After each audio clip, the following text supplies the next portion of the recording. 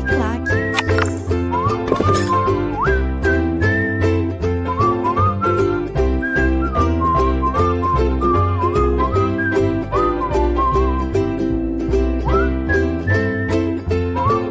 Olá pessoal, estamos começando mais uma aula de Direito Processual Civil. Aqui é o professor Stanley Costa, seu professor sobre o novo Código de Processo Civil. E nesta aula nós vamos dar continuidade aos estudos sobre a teoria geral dos recursos. Sempre disse e permaneço afirmando que a teoria geral dos recursos é, sem dúvidas, um dos pontos mais importantes do novo Código de Processo Civil. Portanto, muita atenção e sem mais delongas, já abra aí o seu novo CPC, pegue o seu caderno, a sua caneta, seu computador, porque a nossa aula está começando agora. Vamos lá para a segunda parte dos nossos estudos sobre a teoria geral dos recursos.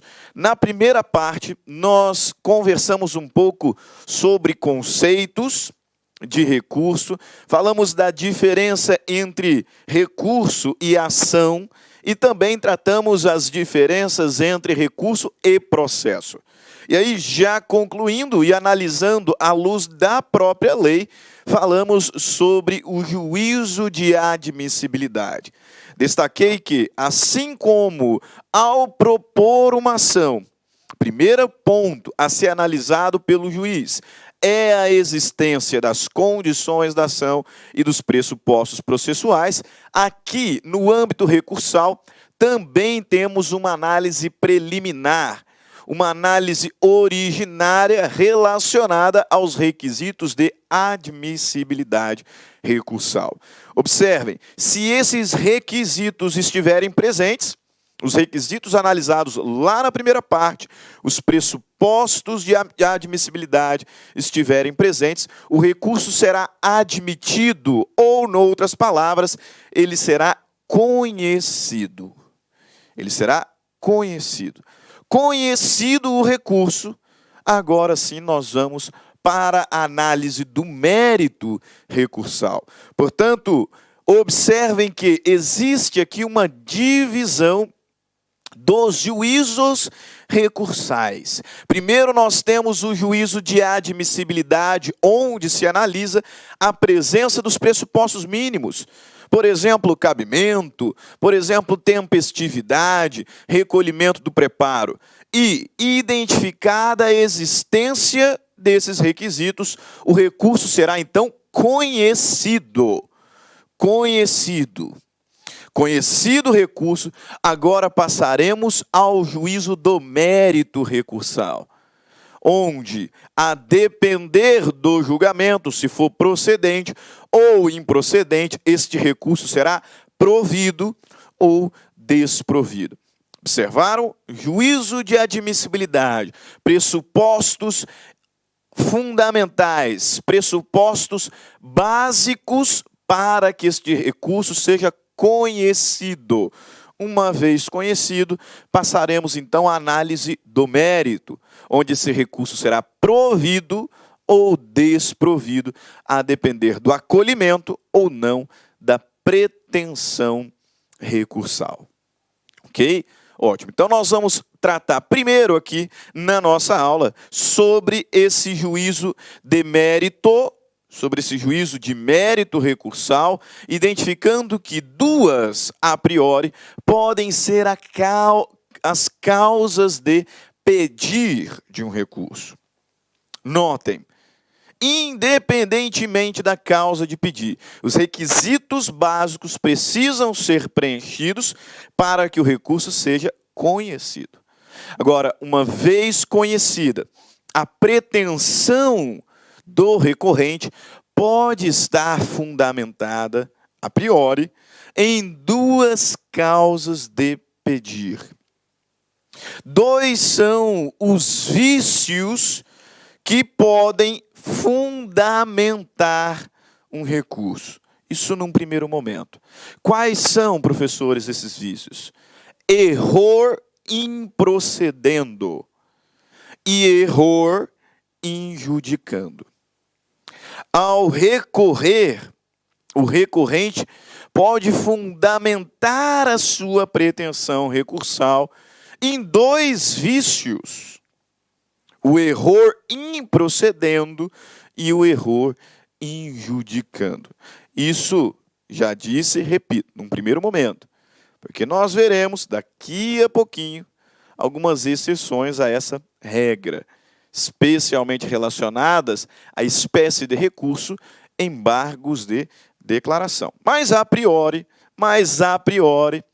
o recurso pode estar fundado em error improcedendo ou error injudicando. Quais as diferenças entre eles? Vamos começar pela análise do error improcedendo. Esse error improcedendo, meus caros, nada mais é do que um vício de forma, chamado por alguns doutrinadores de vício de atividade. Porque está relacionado à aplicação da norma processual. Neste caso, o problema que levou a parte a recorrer foi um equívoco na aplicação da lei processual. Portanto, estamos diante de um vício procedimental. Observem, não estamos contestando aqui a aplicação e a interpretação da norma material. Não estou aqui questionando se a decisão foi justa ou não, independentemente da análise da matéria, independentemente da aplicação e da interpretação da norma material, da interpretação da narrativa fática, da instrução probatória. O que se questiona aqui é a equivocada aplicação da lei processual. O recorrente alega aqui que ao julgar, o juiz deixou de observar alguma norma essencialmente prevista no novo CPC. Ou, não no julgamento, mas no curso do processo, o julgador deixou de observar alguma formalidade absoluta. Deixou de observar alguma formalidade absoluta. Por isso é que, neste momento, a parte está recorrendo da decisão. Por um problema de forma. Por um problema procedimental. E aí notem, quando a causa de pedir for um erro improcedendo, o pedido será pela anulação, declaração de nulidade deste processo ou desta decisão. Como o problema que é procedimental, como o problema que é processual, aplicação da forma, inobservância de requisitos formais do processo ou da decisão, a pretensão do recorrente será pela anulação ou declaração de nulidade do processo ou decisão. Aqui no slide, vejamos, erro improcedendo, também chamado de defeito de forma ou de atividade. Trata-se de um vício de natureza processual. Vício de natureza processual. Ocorre quando? Quando o juiz deixa de observar no curso do processo ou na prolação da sua decisão as regras constantes do Código de Processo Civil, as regras de processo civil. Portanto, trata-se de uma violação da lei processual. Não estou falando de lei material, não estou falando de instrução probatória, de narrativa fática, não estou nem mesmo falando de justiça ou injustiça. Processo. A lei processual foi inadequadamente aplicada. Alguns exemplos de erros improcedendo. Que bem, quando nós temos a ausência de um litisconsorte necessário. Em aulas passadas, quando falamos sobre os sujeitos da relação processual, tratamos sobre o litisconsórcio, que é a pluralidade, a multiplicidade de sujeitos em algum ou em ambos os polos da relação processual. Disse à época que, em regra, o processo ele conta com um autor e um réu. Evidente, aqui falando sobre processo de conhecimento. Um autor e um réu. Agora, nada obsta que tenhamos mais de um autor e mais de um réu. Neste caso, estaremos diante de litisconsórcio. Esse litisconsórcio, que pode ser ativo, passivo, se a pluralidade for de autores ou de réus, que pode ser originário, quando formado na própria petição inicial, ou incidental, quando formado no curso do processo, que pode ser simples, quando a decisão de mérito puder ser variada para cada um dos litisconsortes, ou ainda ser um litisconsórcio unitário, quando a decisão de mérito obrigatoriamente for a mesma, pode, por fim, ser facultativo ou necessário. Facultativo quando a formação do litisconsórcio é uma opção das partes.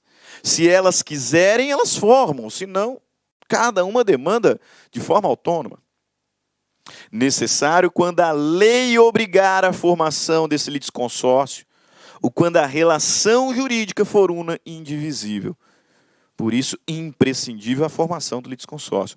Pois bem, se o litisconsórcio é necessário, ele precisa ser formado.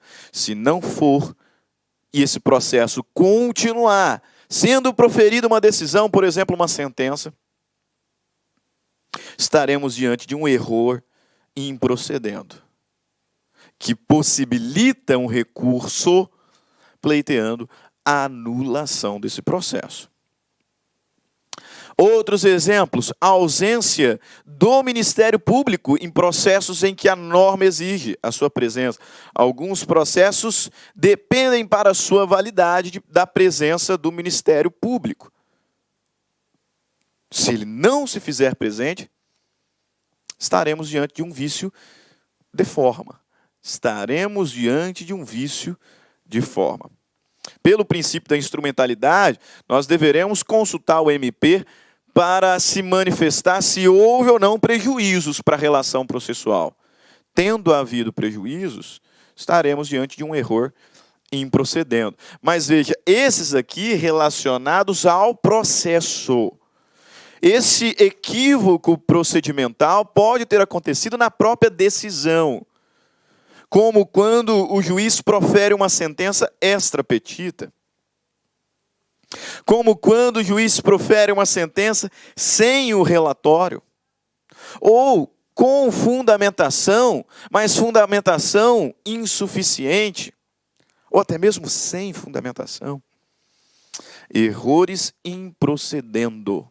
Se esse recurso conhecido, agora no mérito, for acolhida este pedido, esta pretensão, a decisão ou o processo será anulado. Por isso destaco aqui nesse outro slide que se a causa de pedir recursal for um erro improcedendo, portanto um vício procedimental, o pedido deste recurso será a anulação ou a declaração de nulidade da decisão recorrida. De modo que, em regra, acolhida a pretensão recursal, anulando, declarando nula a decisão recorrida, em regra, os autos do processo serão devolvidos ao juízo aquó. E aqui, nós já falamos sobre isso antes, mas me permita reforçar. Juízo a quo é o juízo originário que proferiu a decisão. E o juízo ad quem é o segundo juízo. Né? Neste contexto de apelação, por exemplo, né? O tribunal. Imaginar aqui uma apelação, juízo a quo, juízo da primeira instância, juízo monocrático e o juízo ad quem? O tribunal. Né? O juízo para o qual estou recorrendo. Para o qual estou recorrendo. Notem, se o juízo ad quem, além de conhecer do processo, do recurso, melhor dizendo, provê-lo, então, além de conhecê-lo, porque os pressupostos de admissibilidade estão presentes, também provê-lo, acolhendo o mérito, a decisão recorrida será anulada ou declarada nula. E em regra, como foi anulada a decisão, como foi declarada nula, os autos do processo serão restituídos ao juízo a quo. Para quê? Para que uma nova decisão seja então proferida. Esta regra é absoluta? Não é. Não é. Excepcionalmente, sendo acolhida a pretensão recursal de anulação ou declaração de nulidade, excepcionalmente, pela teoria da causa madura,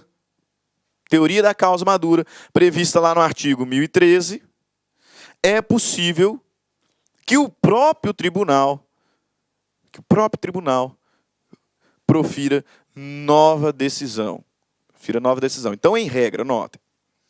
Erro em procedendo. Quando a causa de pedir for um erro em procedendo, o pedido será declaração de nulidade ou anulação. Em regra, sendo acolhida a pretensão recursal, então, provido o recurso, os autos serão devolvidos para o juízo a quo. Em regra, excepcionalmente, pela teoria da causa madura, é possível que o tribunal, tendo anulado a decisão, ele próprio profira uma nova decisão. Isso a gente encontra lá no artigo 1013, parágrafo 3º.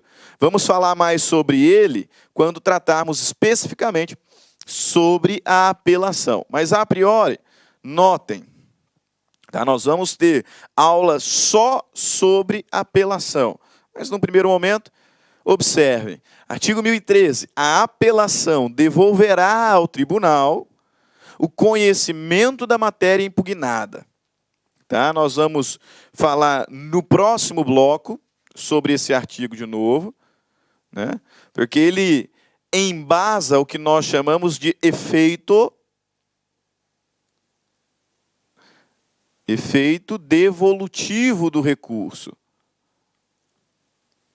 Efeito devolutivo do recurso.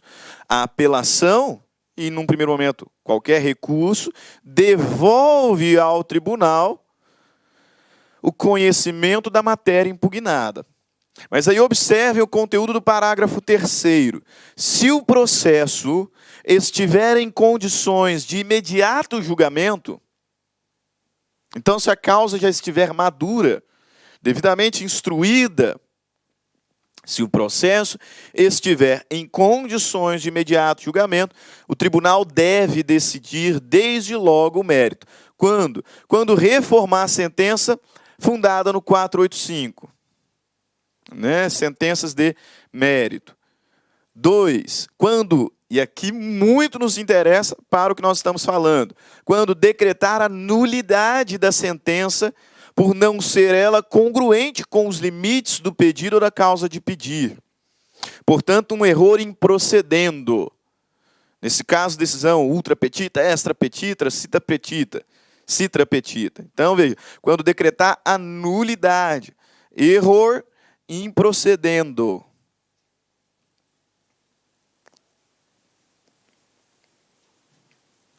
Erro em procedendo.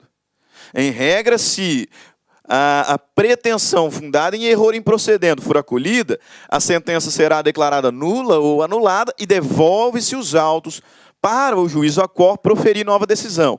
Em regra, excepcionalmente, se o processo estiver em condições de imediato julgamento, o tribunal decretará a nulidade da sentença, por não ser ela congruente com os limites do pedido ou da causa de pedir, e ele próprio proferirá uma nova decisão de mérito. Inciso terceiro, quando constatar a omissão no exame de um dos pedidos, hipótese em que poderá julgá-lo. Inciso quarto, quando decretar a nulidade da sentença por falta de fundamentação. Mais uma vez, aqui error improcedendo. Ok? Beleza? Então, primeiro fundamento para um recurso, error improcedendo. Vício de forma, vício de atividade, inadequada aplicação da lei processual. Em regra, se acolhida essa pretensão, o recurso é anulado ou nulificado e devolvido para o juízo à quor. Excepcionalmente, se anulado ou nulificado e a causa estiver pronta, já estiver adequadamente instruída para prolação da decisão de mérito, teoria da causa madura, o próprio tribunal pode proferir essa nova decisão de mérito. Okay? Vale a pena ainda destacar que, a priori, o recurso fundado em error improcedendo sempre estará relacionado com um vício que causa nulidade absoluta. Tá? Por que eu destaco isso? Porque o CPC nos diz que vícios que implicam em nulidade relativa devem ser alegados pelo interessado na primeira oportunidade em que falar nos autos. É passível, portanto, de convalescimento.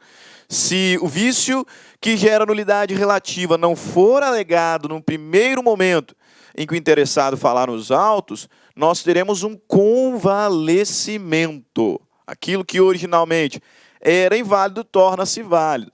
Agora, a nulidade absoluta, matéria de ordem pública, pode ser questionada a qualquer momento. Então, por isso que diz que, a priori, esse error improcedendo, principalmente quando estiver relacionado ao processo em si, o fundamento será uma nulidade absoluta.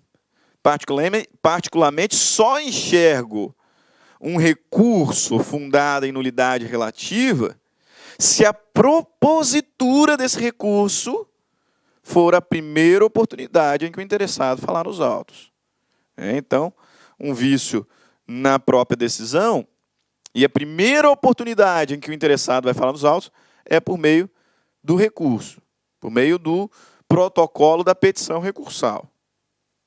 Aí, reconheço, é possível que o fundamento seja nulidade relativa. Agora, do contrário, error improcedendo sempre estará relacionado à nulidade absoluta. Absoluta. Ok? Mas disse que existem dois vícios. Error improcedendo, inadequada aplicação da norma processual. Vício de forma, vício de atividade. Mas existe o chamado error injudicando. E esse error injudicando, ao contrário do primeiro, está diretamente relacionado ao conteúdo da decisão. Conteúdo da decisão. Por isso, error improcedendo também é chamado de vício de fundo. Vício de fundo. Error injudicando, vício relacionado ao conteúdo da decisão, vício de fundo. Decorrente aqui da incorreta aplicação ou interpretação da norma material, ou ainda inadequada interpretação da narrativa fática, da instrução probatória. Portanto, veja, aqui é que nós vamos discutir a justiça ou não da decisão judicial. Todo o procedimento foi corretamente cumprido, à luz do que o CPC institui. Só que o recorrente entende que a decisão foi injusta. Foi injusta. Os fatos foram interpretados equivocadamente. A instrução probatória foi interpretada inadequadamente. A lei material foi mal aplicada. E por conta disso, o recorrente entende que a decisão foi injusta. Portanto, o vício está no julgamento. O vício está no julgamento. Error injudicando, vício relacionado ao conteúdo da decisão, vício de fundo, decorrente da incorreta aplicação da lei material ou equivocada interpretação dos fatos narrados e provas instruídas. O recorrente entende que a decisão proferida foi injusta e está em descompasso com a lei material, razão pela qual pretende a sua reforma. Notem, enquanto o acolhimento do erro improcedendo implica em anulação, ou declaração de nulidade da decisão recorrida, o acolhimento do pedido fundado em erro injudicando implicará em reforma. Reforma. A decisão do juízo ACO não será anulada, não será anulada, não será nulificada, ela será reformada, ela será substituída por uma nova decisão. O processo está perfeito. A norma processual foi corretamente aplicada. O que o recorrente questiona é a justiça dessa decisão. A aplicação da lei material, interpretação dos fatos, das provas instruídas. Pois bem, se a pretensão do recorrente for acolhida, fundada em erro injudicando, a decisão originária, a decisão recorrida, será reformada. Será reformada. Será substituída. Substituída. Aqui claramente verificamos o chamado efeito substitutivo do recurso, né? Com as vênias aqueles que pensam de forma diferente. Mas o recurso fundado em erro improcedendo apenas não tem aptidão para produzir efeito substitutivo. Salvo no caso da causa madura, em que o próprio tribunal proferirá a nova decisão. Mas, em regra, o recurso fundado em erro improcedendo não substitui, ele anula. Anula porque será devolvido para nova prolação de decisão. Ok? Beleza. Mas tenho dito, tenho repetido que, a priori, o fundamento do recurso pode ser um erro improcedendo, portanto, inadequada aplicação da norma processual, ou um erro injudicando, inadequada aplicação da norma material, ou interpretação fática, probatória. A priori, por quê? Porque existem exceções a essas regras. Quais exceções, professores? O recurso, e aqui especificamente uma modalidade recursal, pode estar fundamentado não na equivocada aplicação do processo, e não na equivocada interpretação fática e material, mas sim na omissão, na contradição ou na obscuridade. Existem outros vícios, afora estes gerais, erro improcedendo, erro injudicando. São eles: omissão, contradição e obscuridade. Neste caso, nós não estamos diante nem de um erro em procedendo, que pode gerar anulação ou nulidade, e nem em um erro injudicando, que pode implicar em reforma. Quando os vícios forem de omissão, contradição ou obscuridade, a pretensão do recorrente será a integração ou o esclarecimento. E neste contexto, estaremos tratando especificadamente sobre um recurso. Qual? Os embargos de declaração. Os embargos de declaração, meus caros, eles não são fundamentados nem em erro improcedendo e nem em erro injudicando. O fundamento deles é contradição, é obscuridade, é omissão. E a pretensão do recorrente será, portanto, o esclarecimento da decisão, porque foi obscura, foi contraditória, né? Veja bem, o juiz fundamentou uma coisa e julgou diferente. Houve aqui uma contradição. Ou ele concedeu pedidos conflitantes, ou a decisão dele foi muito obscura. Portanto, eu oponho embargos de declaração para quê? Para esclarecer. Não é para anular, nem para reformar, para esclarecer. Ou ele simplesmente deixou de analisar algum dos pedidos que eu apresentei. A decisão foi citra petita, portanto. Pedi danos morais e danos materiais. Ele concedeu os danos materiais e não falou absolutamente nada sobre o pedido de danos morais. Portanto, foi omisso. Oponho embargos de declaração, pleiteando o esclarecimento? Não. Se ele foi omisso, pleiteando a integração.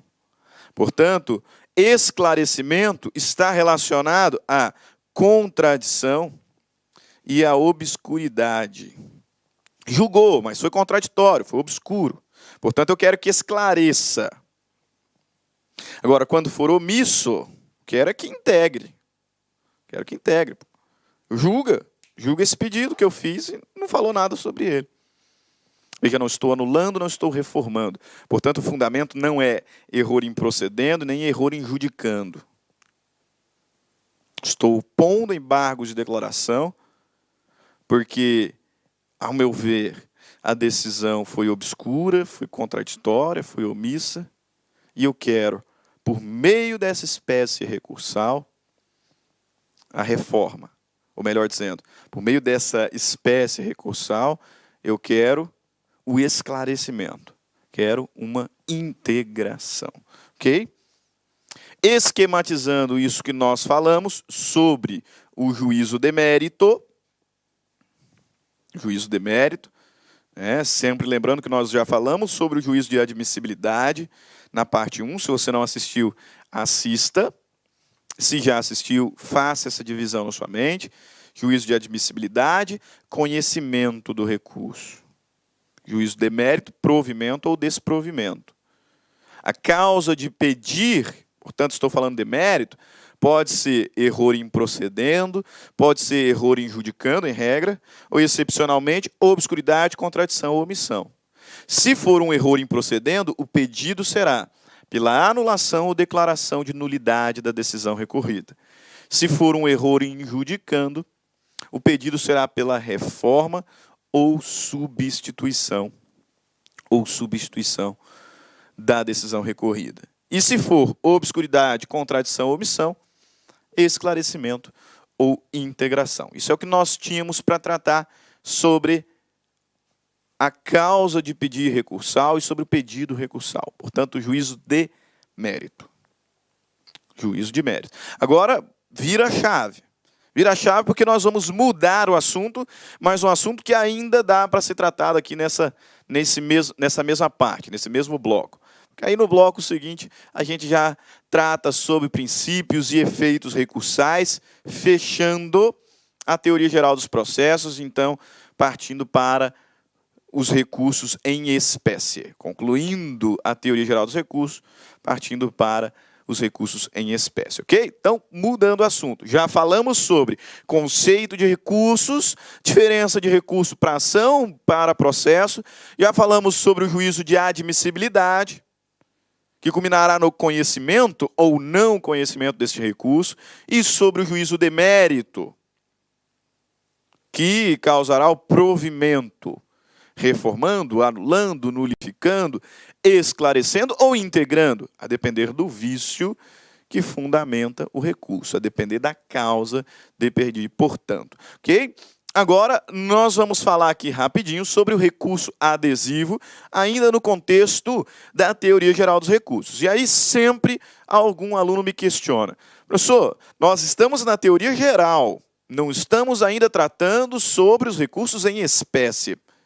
Por que nós já estamos falando sobre o recurso adesivo, então? O recurso adesivo não é uma espécie recursal? Nós não deveríamos deixar mais para frente esse assunto? Adequo desde já. O recurso adesivo não é uma espécie recursal. O recurso adesivo não é uma modalidade recursal. É uma forma de se recorrer em algumas espécies. O recurso adesivo não é uma espécie recursal. É uma forma de se recorrer. É uma forma de interposição de algumas espécies recursais. A ideia, meus caros, é que algumas espécies recursais podem ser interpostas de forma independente ou de forma subordinada, acessória. Se for proposto o recurso de forma independente, nós teremos aqui um recurso principal, ponto. Agora, é possível que uma espécie recursal seja interposta subordinadamente ao recurso proposto pela outra parte. Subordinadamente, acessoriamente. Aqui nós teremos o chamado recurso adesivo. Por isso que recurso adesivo não é uma espécie. Não é uma espécie. É uma forma de interposição de algumas espécies recursais. De algumas espécies recursais. Quais sejam apelação, recurso especial, o famoso RESP, e o recurso extraordinário, o famoso RE, ou, como alguns doutrinadores gostam de dizer, REX. Então, vejam, informação importante, hein? Informação importante. Recurso adesivo não é uma espécie, é uma forma de interposição de alguns recursos. Quais recursos podem ser interpostos independente ou adesivamente?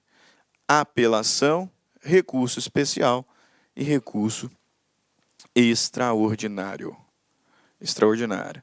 Portanto, nessas espécies aqui, apelação, recurso especial, recurso extraordinário, a regra é de que o recorrente pode optar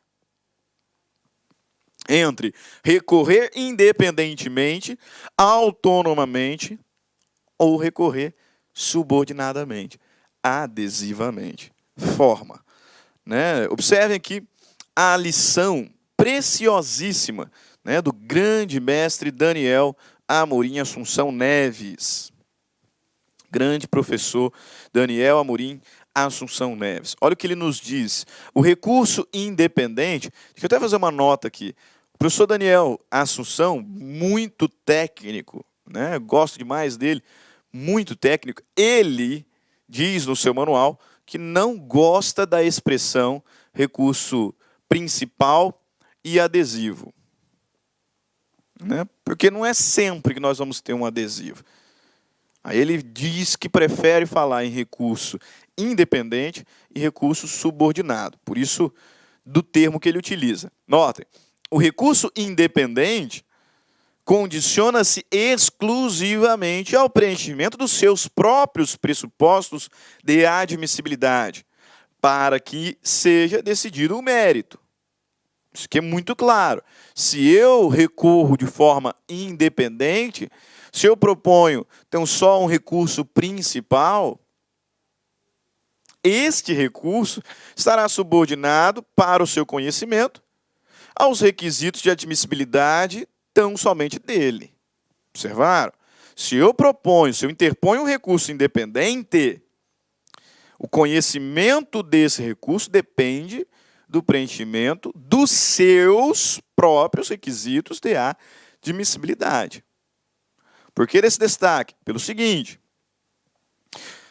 enquanto o recurso subordinado está condicionado ao conhecimento do recurso independente, do recurso principal, e ao preenchimento dos seus próprios pressupostos de admissibilidade, para que seja decidido o seu mérito.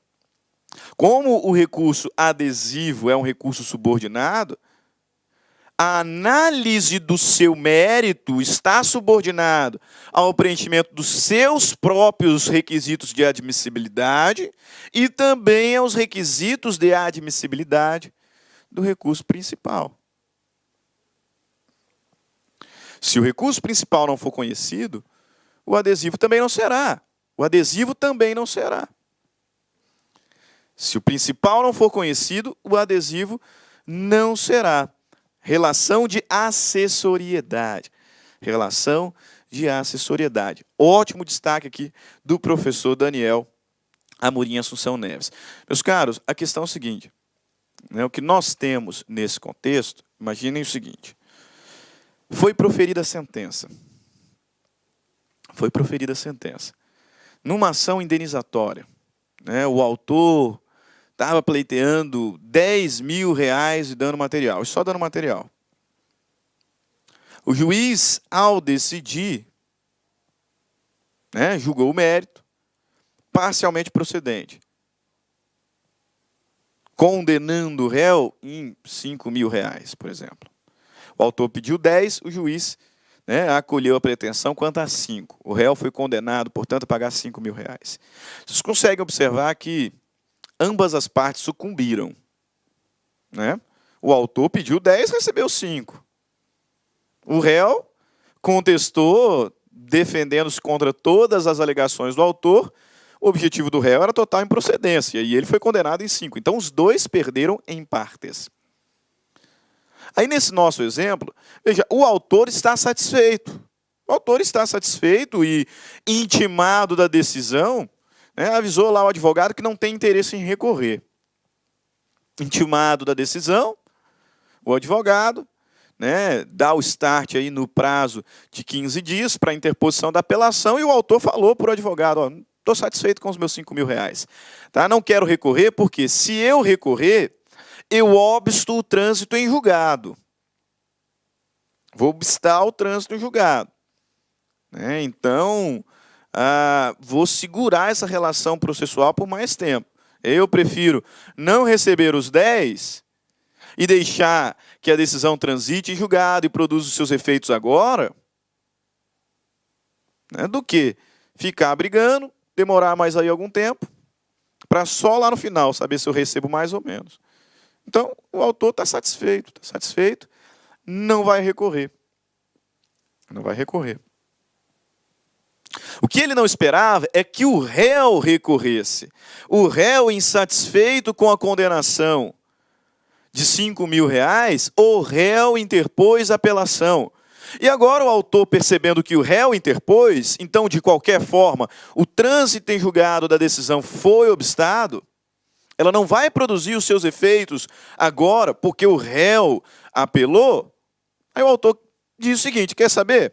Eu só não iria recorrer para deixar transitar em julgado e produzir efeitos agora. Agora, já que o réu apelou, então agora eu também quero apelar. Pois bem, nesse contexto, o legislador processual dá uma segunda chance para esse autor. Por quê? Porque ele poderá recorrer adesivamente. Notem que, a priori, ele não tinha interesse em recorrer. preferiria deixar a decisão transitar em julgado, produzir os seus efeitos tendo condenado o réu em 5.000. Mas já que o réu recorreu, já que o réu apelou, então o autor fala, quer saber? Agora que já vai ter processo mais tempo mesmo, quero recorrer. E o legislador dá uma segunda chance para ele. Por quê? Porque agora ele vai poder recorrer adesivamente. Por isso que dois são os requisitos do recurso adesivo. Primeiro, nós temos que ter sucumbência recíproca. E segundo, a interposição de recurso pelo adversário. Eu, autor, não recorri, mas perdi também em partes. O réu também perdeu, portanto, temos sucumbência recíproca. Agora, eu, autor, não recorri, porque eu queria que transitasse em julgado para a decisão produzir efeitos. O réu recorreu. Pronto. Agora eu vou recorrer adesivamente. Dois requisitos: sucumbência recíproca e interposição de recurso pelo adversário. Qual é o procedimento do recurso adesivo, já caminhando para o final deste nosso bloco? Primeiro, publicada a sentença ou acórdão, as partes serão intimadas.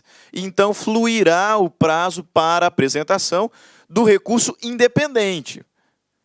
Porque eu poderia ter apelado independentemente, o réu ter apelado independentemente. Fomos intimados, correu o prazo. Havendo sucumbência recíproca, uma das partes não recorreu. Se apenas uma das partes recorrer, a outra, que não recorreu independentemente, quando intimada para apresentar as contrarrazões, ela pode o quê? No prazo das contrarrazões, propor o recurso adesivo. No prazo das contrarrazões, apresentar as contrarrazões ao recurso interposto pela outra parte e adesivamente recorrer. E adesivamente recorrer. Por isso é importante destacar que o recurso adesivo e as contrarrazões devem ser apresentados no mesmo prazo, mas em peças distintas. Em peças distintas. Por quê? Porque são pretensões distintas.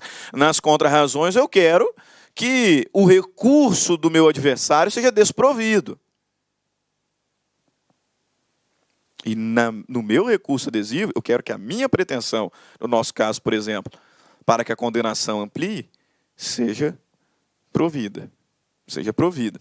Então, o recurso adesivo e as contrarrazões devem ser apresentados no mesmo prazo, mas em peças distintas. Aí, veja, recebido o recurso adesivo, é evidente, tenho que deixar o meu adversário contrarrazoar.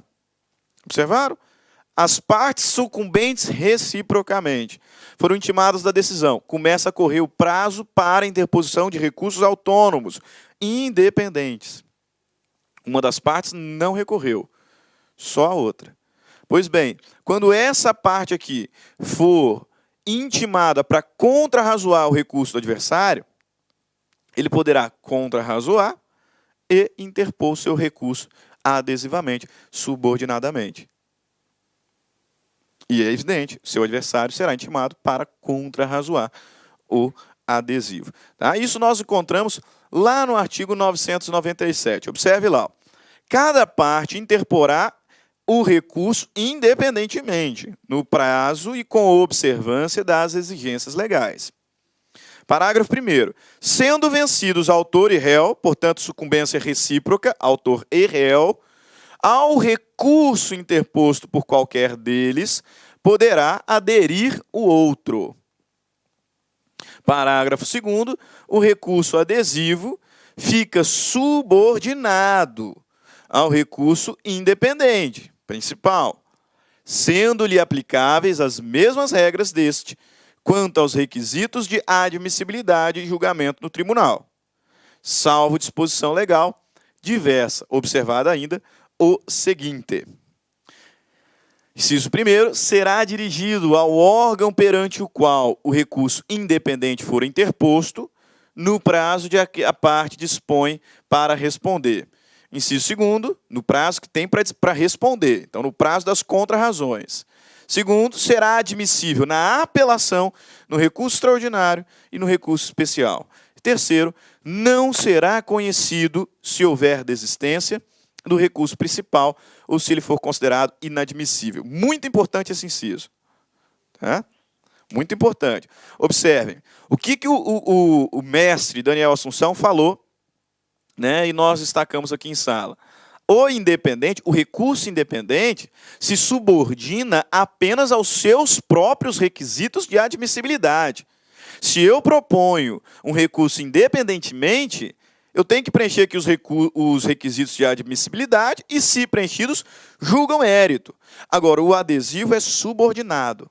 Subordinado aqui aos seus próprios requisitos de admissibilidade, aos requisitos de admissibilidade do principal, porque se o principal não for conhecido, o adesivo também não será, e mais.